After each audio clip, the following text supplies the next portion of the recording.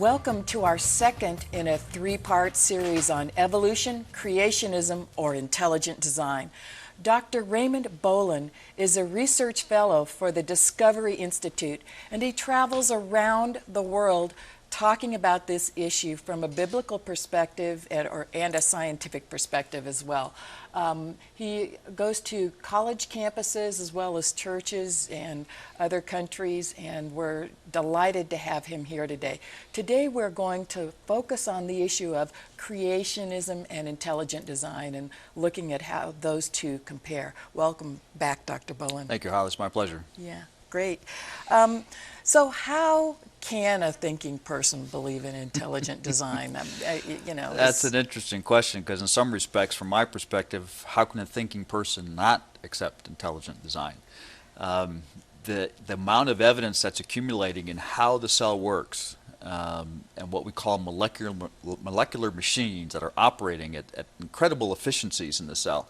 When Darwin wrote Origin of Species, we had only just discovered a cell through the early light microscopes, but we had no idea what was going on the inside. We just saw this nice little package with a nucleus and stuff around it, but not what's happening inside we didn't know, and it was like a black box.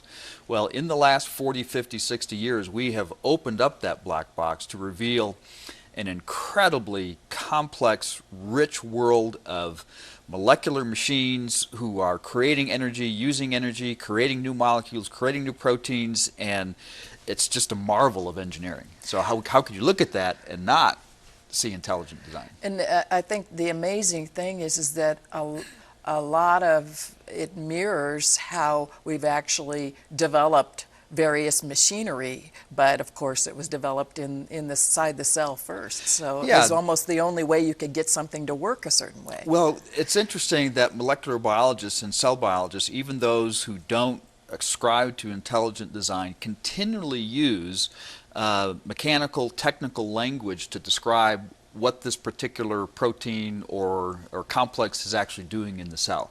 They use terms like biological systems. They use terms like molecular machines. And well, where do machines come from? I mean, machines just don't pop out of the ground. It requires an intelligent design to bring about a machine that does things in just the right way. Yeah. It is interesting. I know that in the 7th grade or 8th grade science units, they have a whole section on machinery, natural machinery. So yeah, that is rather ironic, isn't it? So what is the biological probability that a lot of the things that we see would be random in development versus design? Well, again, I think it's helpful if we think about it, first of all, in a non-biological example. And the one I usually use in the context of intelligent design was something that's highly specific yet extremely small probability, the kinds of events we're looking for, is talking about winning the lottery. In the state of California, where I spoke recently, I was just in front of a crowd, and it was in a church, and I just asked, by the way, what are the odds of winning a lottery here in California? And somebody in the front row said, oh, 1 chance in 23 million. And I thought, well, okay, somebody in here plays lottery. Right. But somebody eventually wins the lottery. And why is that? Well, because the state usually sells a sufficient number of tickets, 10, 11, 12 million tickets. They know fairly certainly somebody's going to win. You've just reduced the odds of somebody winning to 1 chance in 2, approximately.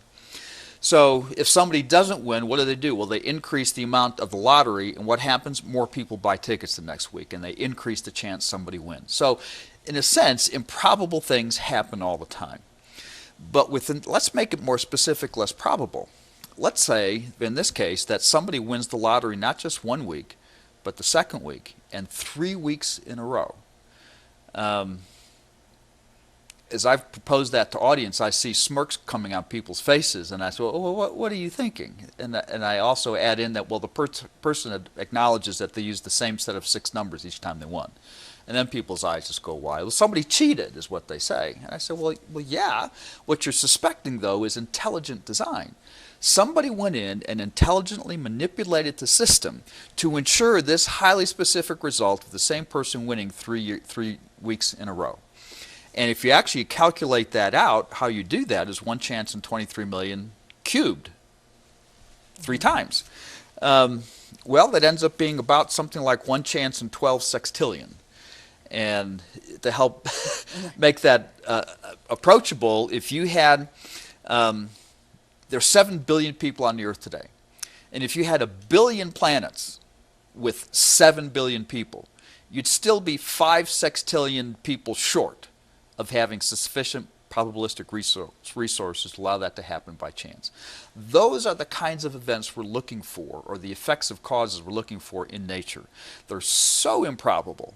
Yeah, you can attach a number to it, but in the time frame we have and the resources we have, it simply is impossible for it to happen by chance. It requires an intelligence. So is this kind of refuting the possibility that through evolution it could just be a series of random events that occurred, and those series of random events just multiplied and to all these happy coincidences that we have now? Or yeah, it's one part of the intelligent design movement, and that is, as I mentioned in the other program, about wanting to, in a sense, essentially challenge Darwinism and its full dependence on natural causes. And it's not just the random events that they talk about, because they will quickly add in, well, it's not just the random mutations, we have selection, natural selection, which is not random, which is true. But natural selection can only select from what is randomly generated through mutation, in other words. So at the focus, at the foundation of it, you're still dependent upon changes that happen, as the Darwinists will say, without plan, without purpose, without goal.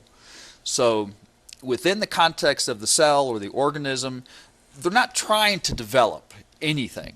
They're just surviving, reproducing, and whatever seems to happen along the way and makes it easier for them to do that, well, that's what gets selected for.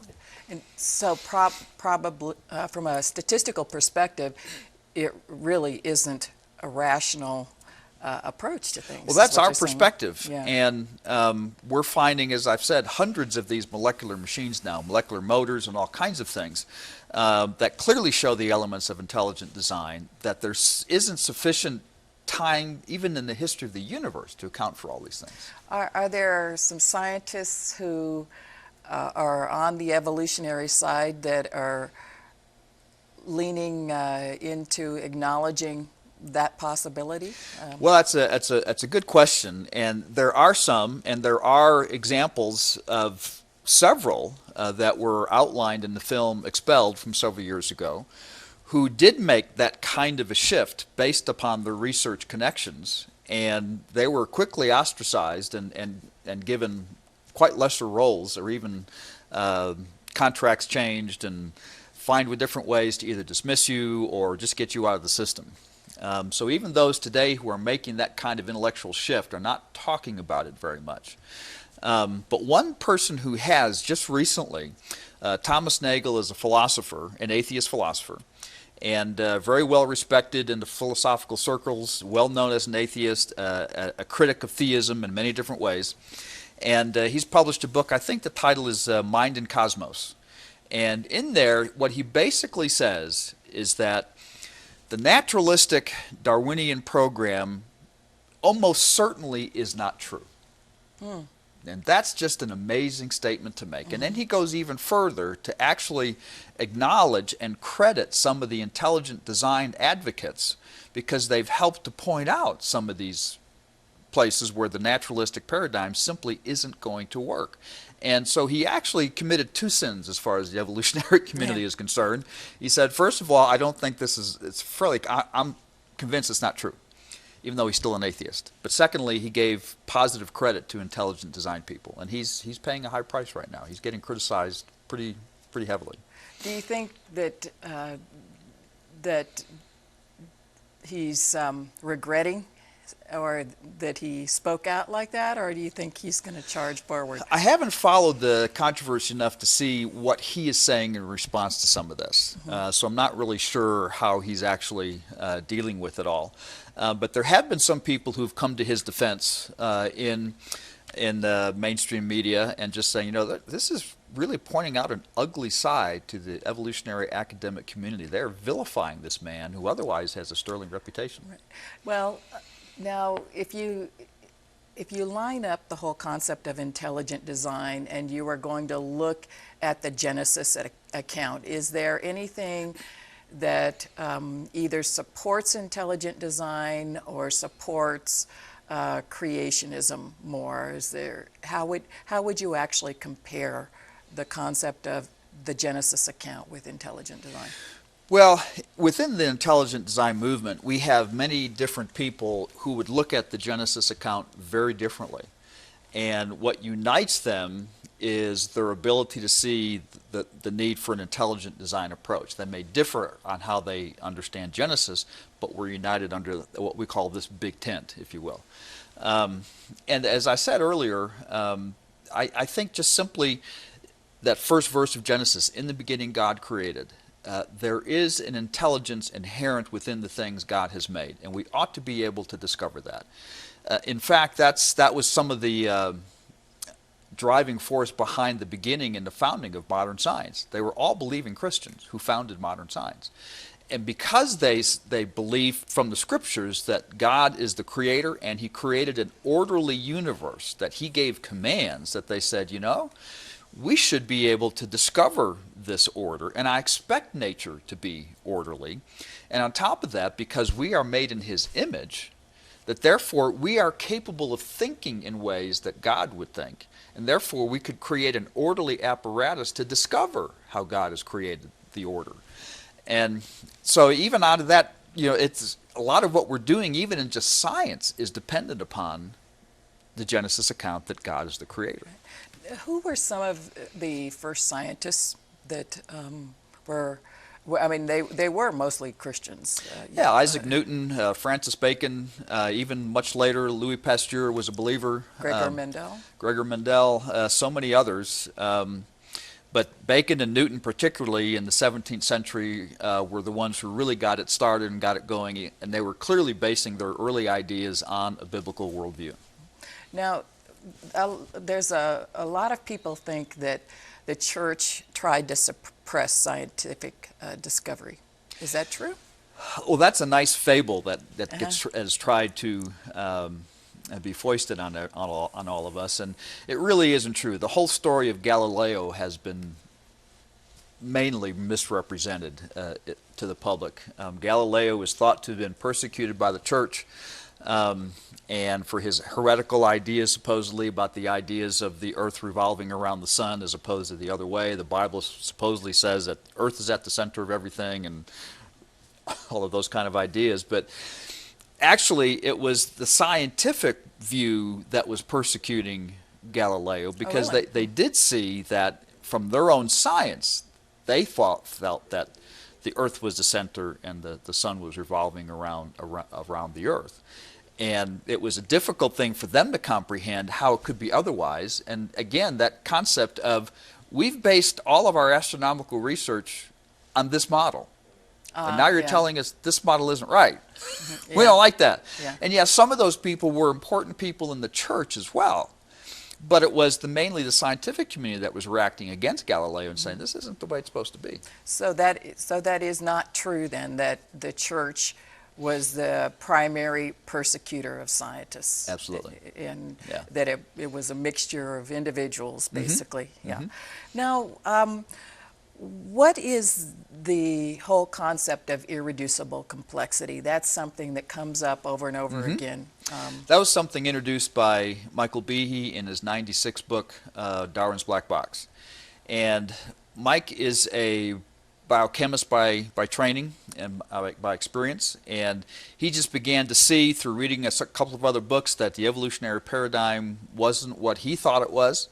And so he began looking into the cell and how things work in a different way, with a different perspective.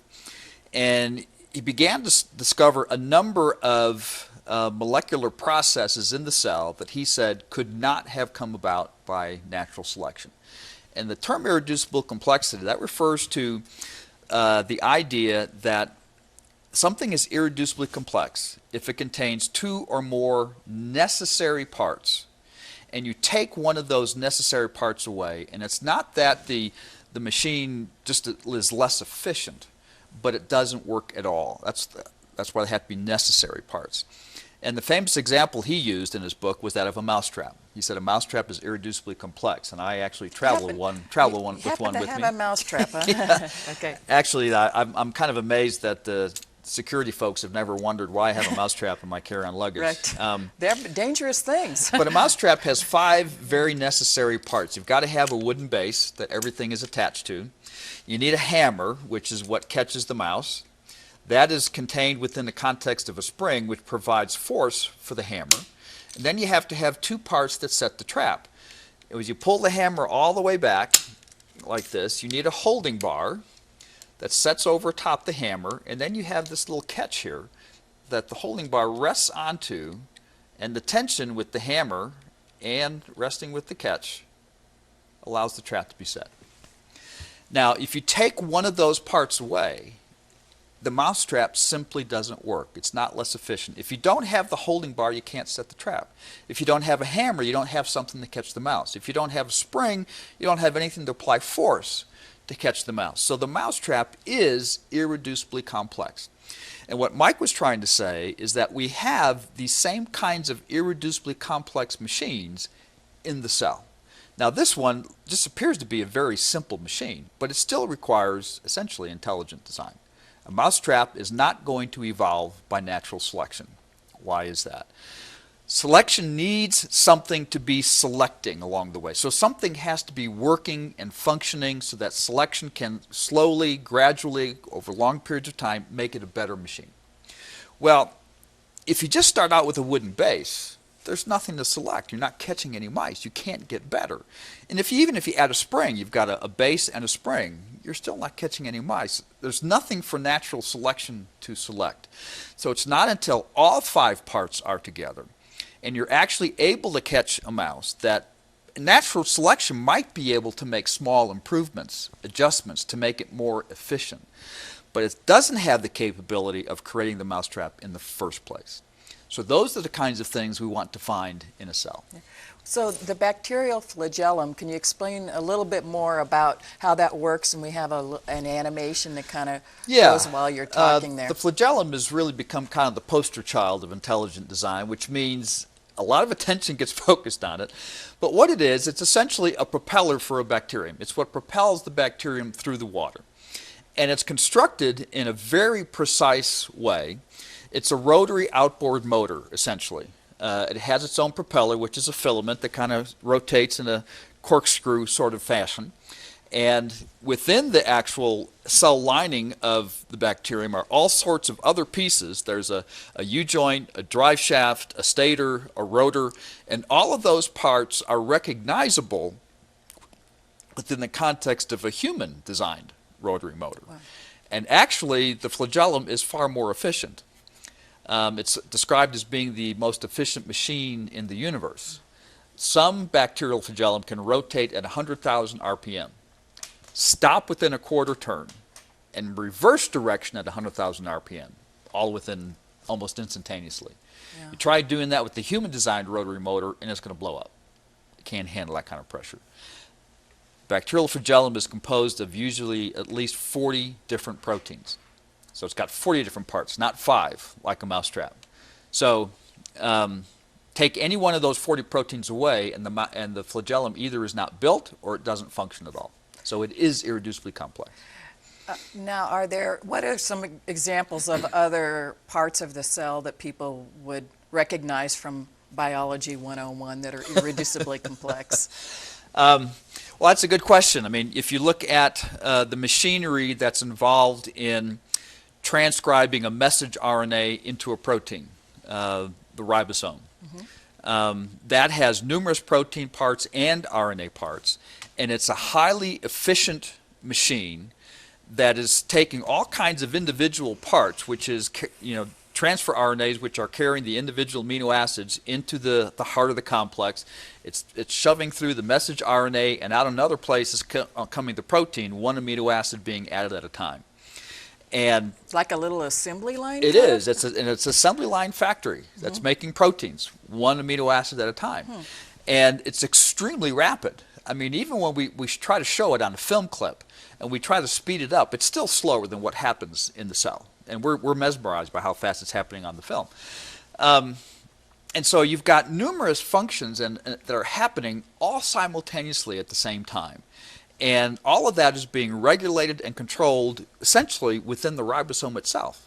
And as I said, it's a multi-subunit part, and you take any one of those RNA parts away, take any one of those protein parts away, and the ribosome isn't going to function. Well, is there an example of anything that is a machine, so to speak, that could be explained by natural selection or evolution?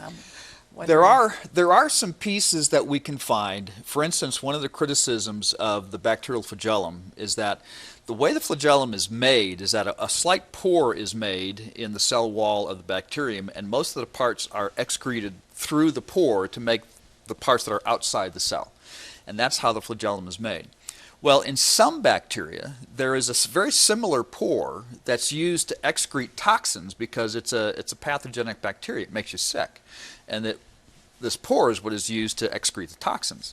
Well, the proteins in that pore are similar to the proteins in the pore that initially is made for the flagellum. So some have said that, well, this little pore came first and we just added parts onto it to make the flagellum. Well, I don't want to... That's really not the way it happened, because what we're seeing is that you find flagella in bacterial lineages all throughout bacteria. And so what that most likely means is that the first bacterium, even in an evolutionary context, had a flagellum. And that this extra pore is probably come about through a de-evolution, where mutations happened in the flagellum, losing pieces that it needed to make it a flagellum, but it could still excrete stuff. So is this pore not irreducibly complex? Well, it came from something else, and we can probably document a similar process of how that actually came about. I'm really hard-pressed to come up with an example of something in the cell that I would definitely say is not irreducibly complex. Now, if you were have you encountered violent opposition from creationists about presenting the concept of intelligent design? Well, some creationists are opposed to intelligent design, and the primary reason for that is because in their minds, we're being, I don't know if the word deceptive is the right word, but we're not being totally upfront. That they would rather see us identify the designer as God of the Bible from the start. And they just, in my mind, they don't really understand the value of the approach that we're taking and saying that, well, from the science alone, you can't identify who the designer is. It just doesn't work that way. The science can tell you that there was a designer, that some intelligence was involved, but identifying the designer requires additional philosophical, theological foundations to be able to identify the designer. When I'm presenting at a university or something, I almost always get asked from someone in the audience, usually an atheist, well, who do you think the designer is? I said, well, that's a good question. Based upon the science alone, I can't tell you. But from my own personal philosophical and theological foundations, I would say the scientific evidence is perfectly consistent with the God of the Bible. Now, I haven't made a very definitive statement, but I'm just, as a scientist, I'm saying this is where I think I can go with it. What is this just a kind of an intellectual exercise that really ultimately doesn't have that much impact on life? Or does what you believe, whether it's creationism, intelligent design, or evolution, does it actually affect how you make decisions, who you feel you are, how the world operates? You know, it's a good question, because every worldview really tries in some way, shape, or form to answer three very basic questions. Where do we come from? Who are we? And where are we going? And every worldview, therefore, has to have some kind of origin story. I won't call it a creation story, but let's just say an origin story. And I often do get asked, though, by some Christians, why does this topic generate so much anger, resentment, distrust, argument? why do people get so upset about this? And I say, well, because it isn't just a scientific conversation. I've been to scientific meetings, and they can get pretty heated discussing back and forth when people disagree with them about their little pet theory, whatever. But this goes far deeper than that, because if we are able to show that the evolutionary process simply is not sufficient and some kind of intelligent input is necessary, then for those who have adopted a fully naturalistic worldview that depends on naturalistic evolution being true, well, I have not just shaken their creation myth or story, I've shaken their entire philosophy of life. Because if in their philosophy, because of the science, they think that there is no God, then I am completely free to choose how do I choose to live my life. But if I've demonstrated that no, a creator had to be involved somehow, well, then there is now someone outside of myself that in some way I am responsible to. And that creates an internal tension that far outweighs anything that's going on just scientifically. And so it actually does have huge implications. It really does. And that's why people get so emotional about I think, even if it's unconsciously emotional, that's what's driving it. Yeah. Right. Unfortunately, we're out of time again, but stay tuned for part 3. Thank you so much. Thank you. After listening to Dr. Boland, what do you believe? I want to hear from you on KSCE 38/Decision Point, Facebook, or Twitter. Thank you so much for watching.